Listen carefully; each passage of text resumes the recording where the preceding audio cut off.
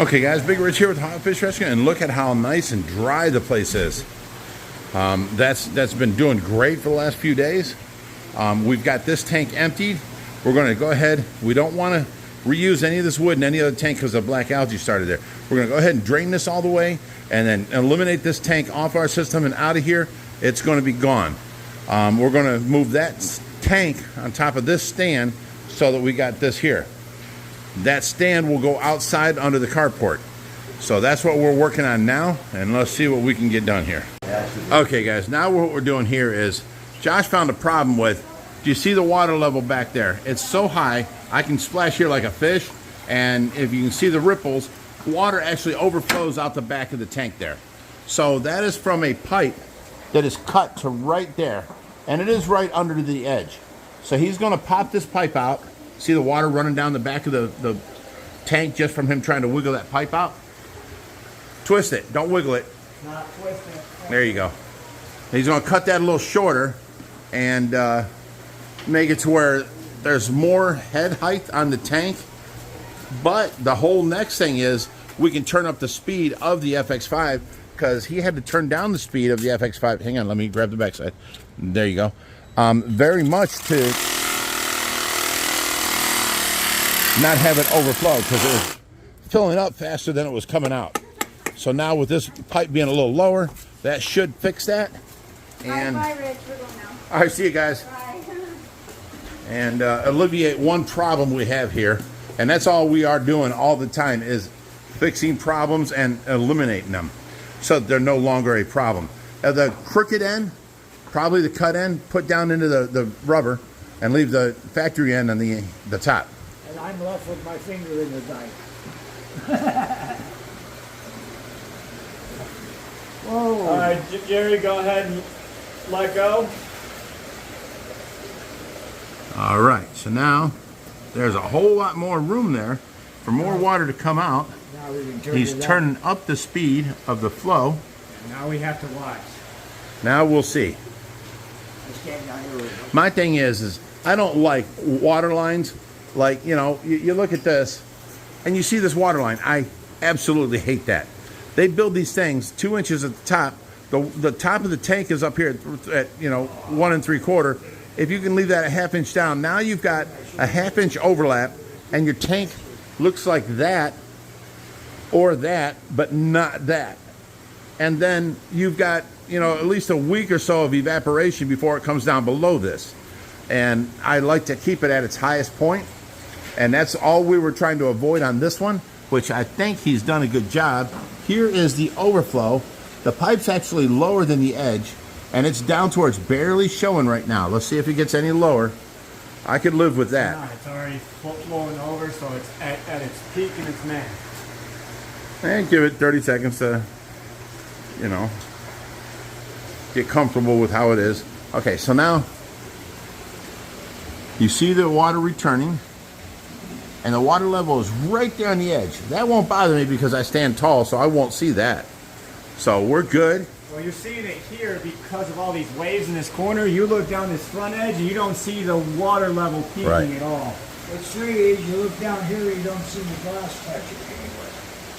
That's all. And from the side, you can still see the black lip, but we're right on the edge of it. Can't go no lower. So good job, Josh. We got this taken care of. We've got more flow going through it. And now the lower height. Oh yeah, we were only at a ½ inch. Now we're at almost a full inch, right to there. That's almost a full inch. Probably is a full inch. So you doubled the speed of the water flow and You don't have to mess with that valve no more. lowered the water significantly where it shouldn't splash no more. And it brought this water level down just a hair, so it alleviates some of that splashing too. Okay, we just need a plastic piece back there to cut around all that stuff. Good job, Josh. Good job. All right, now, see, I hate this. This bothers me. My ADHD just screams at me. Fill her up. Now, see, we had this tank here. We built this canopy to cover the water edge, and now for the last 6 months or so, it's been showing a little more of the water edge. So I'm going to have to adjust the overflow in the back to where you don't see that.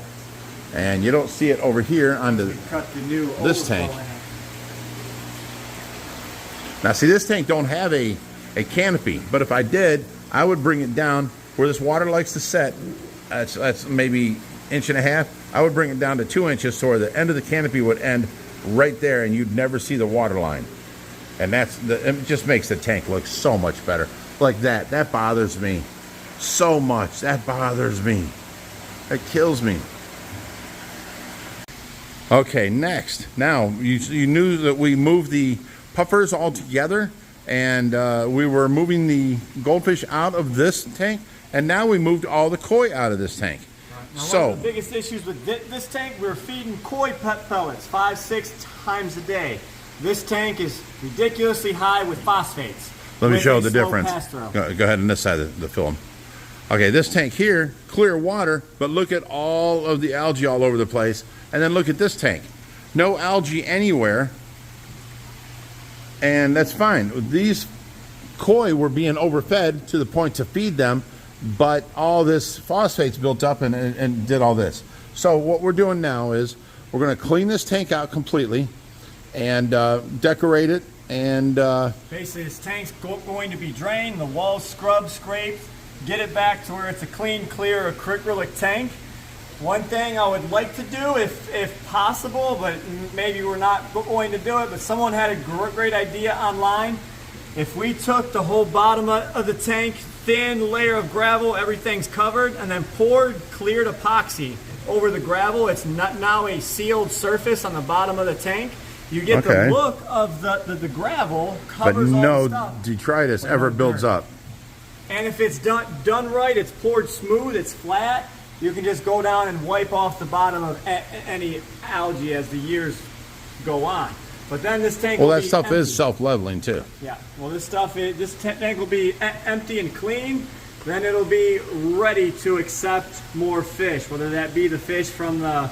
Now we're going to put the 4 puffers in here.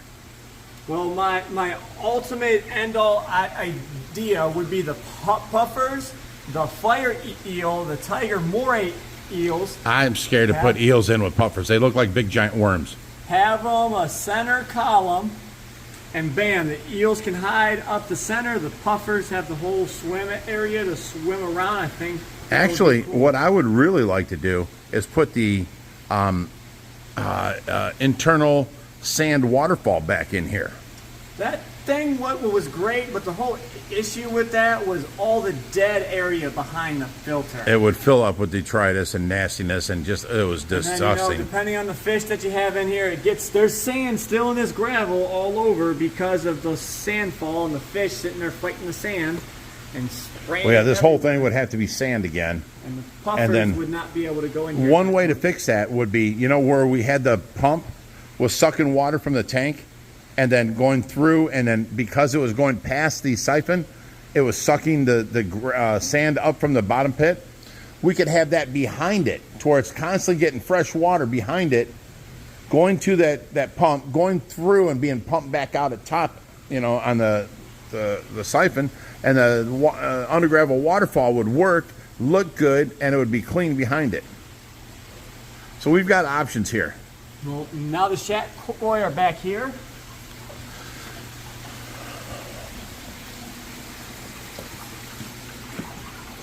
They look so small and cute in here. They're just in that back corner. That's all of them? Yeah, there's I think 10 or 13, something like that. Why are they just sitting in the corner here? Yeah, okay. Oh, there they go. That looked like rocks and stuff. No, they're all just sitting there. There they are. 3, 4, 5, 6, 7. Try again.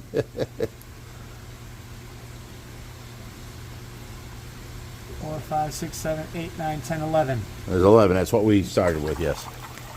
Okay, so they can grow in here for a while and be out of our way. One more thing out of our way to empty the other tank, to move the other tank in the fish room to get the new tanks in. So we are getting things done daily. Sorry, it's hard for us to keep up with all the stuff we're doing and, put out videos to you guys, but we try and keep you in the loop of what's going on. Look at that clown knife. He's almost healed back up 100%. Fins Let me going see his out tail. by the day. Oh yeah, look how nice that's healed Told up. you guys, it would heal up, no problem. Same thing with this lungfish. Well, lungfish we know heal very well. Look at how long his arms are getting. And that's normal. This was the one that was bitten off and starting to grow back. You can see there's what, a couple inches of growth out of the end.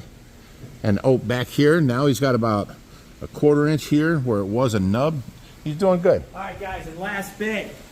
Cool little update on the tanks being built. I give you updates in every little video as they come in real time. I just got a text, so I got another update I can share with you guys. Do you want to know yet? Should I share with you, or should I hold off to the next video? Come on, Josh, come on. Don't leave us hanging. All right, so yesterday I got a text, which it's really funny.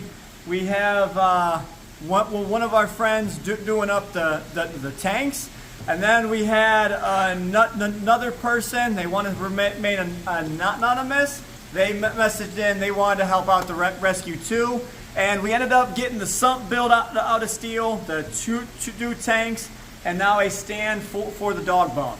So each one is doing two jobs. So a lot of people were saying, get rid of that dog bone. It's been nothing but problems. But what they didn't realize is if we made a stand to get it to sit in the pool, we can pump water up to it and have an overflow on it. Once it's on a solid stand, you can reseal it, and it's good for 20 years. Well, yeah. So the tanks, the material's been cut. The fabrication on them start next week. So from 2 weeks from today should be completion on the tanks. Wow. So if that slips a little bit, it's okay. But then I just got a text from the sump. The sump should be tacked up tomorrow. So possibly, by the end of this weekend, the next week, the sump might be done, and then the stand will be next. So things are going to start happening so quick. Oh, so quick. And then we have the OCA, the Ohio Cichlid Association, the 3rd week of November, and we can't have this place a shambles because people are going to be doing tours here all day long. And myself and Josh are doing a talk. So if you want to come to the OCA, you will hear us talk about how we built this place, how we got it started, how we keep it up, how we feed the things, and everything else that could be problematic with it. And keep learning, So come to the OCA. And then you can also come to the rescue too. We're a mile away from where the OCA is. Josh? Yeah. Are you ready for your presentation there? He said, I walk in and I tell stories. Right. I got to make a video background, so I need to know what we're talking about, how we're going to talk about it, and then I can make the video background for us to be able to, screenshot the next screen on a projector behind us while we're talking. Yeah. So we've got lots of things coming up, lots of things that are just knocking us down left and right, and we have to get through it. Plus Reaper's moving all at the same time, so things are happening, and it's like every day, what do we got to do today? We're fighting to get ahead. So thanks for watching, guys. Hope you appreciate the effort we try to keep you guys updated and keep you in the loop. And, watch Josh's, oh my God, you won't believe what we got today. Josh's a sneak peek? Okay. Sneak peek. You can't tell them what it is, but you can show them and they can guess. Okay. We can do that. Okay, out here is a little sneak peek to what Josh's video is going to be for Monday. He's taking over my video Monday. So, look what we got in. Look at these things. Can you tell what these are? Do you know what's under these tubs? Can you tell what this is? I can give you this. They're about $6 grand a piece. And what's under the tubs is even more. So, this is going to make you guys very, very happy. And we'll let Josh tell you about it on Monday. So until then, stay fishy, my friends. Oh, by the way, if you ain't doing nothing tonight, stop on by Ohio Fish Rescue tonight at 6 p.m. We're going to have the live stream. We're going to have Tracy update. We talk and gab about anything. Sometimes we end up talking about cars. Sometimes we talk about music. A lot of times we talk about fish. So basically, it's my only night that I can hang out with my fishy family and, you know, hang with you guys. And it's my kind of night off. I don't never get to get out. I have to watch Tracy all the time, 80 hours a week. And then I'm watching, you know, working in the fish room and doing videos and, you know, feeding the fish and trying to do everything I can to help out there, because Josh and Jerry basically took over all my jobs when I have to come inside to watch Tracy. So, you know, it's my only time out. So come hang with us. We'll see you there tonight. Live stream, 6 p.m. Eastern on Ohio Fish Rescue.